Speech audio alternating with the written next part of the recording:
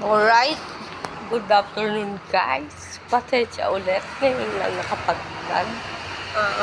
Busy kasi, busy sa paghahanap ng wala. Yes po guys, busy po sa paghahanap ng wala. Again po, bago po ako magsimula, pa-shoutout. Kung gusto niyo pong magpa-shoutout, comment lang po kayo sa aking video. Yan po, palapit po ako ngayon kay Marico. Hindi pa po yan naliligo. Kapaliguan ko pa po yan. At syempre, andito po si Marico makulit. Ayan po, si Marico. Tingnan nyo po.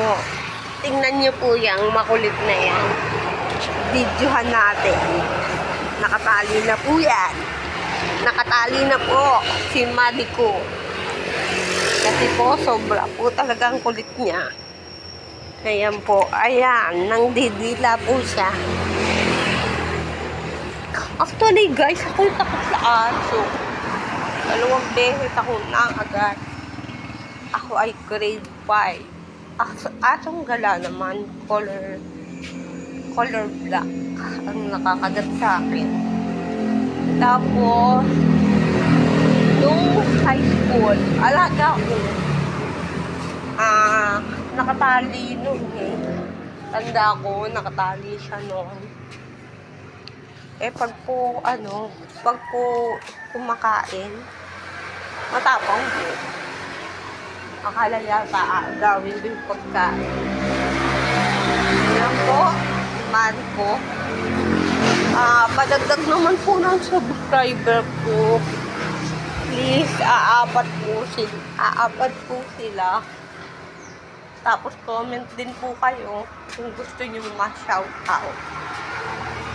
Kasi po para lang po sa 2 aso na yan. Hindi naman po para sa akin ang aking pagbablog. Kasi nga po nai-inspire ako kanilang 2. Kaya po ako yung nagbablog. Para po sa kanilang 2 to. Add po kayo ng subscriber. Huwag po puro views lang. Hindi, joke lang. Basta pa-shoutout po kayo. Pag po gusto nyo, ma-shoutout. Si Marico at si Marico na makulit. Yan po. Paliliguan ko pa po yung mga yan. So, bye-bye po. Good luck.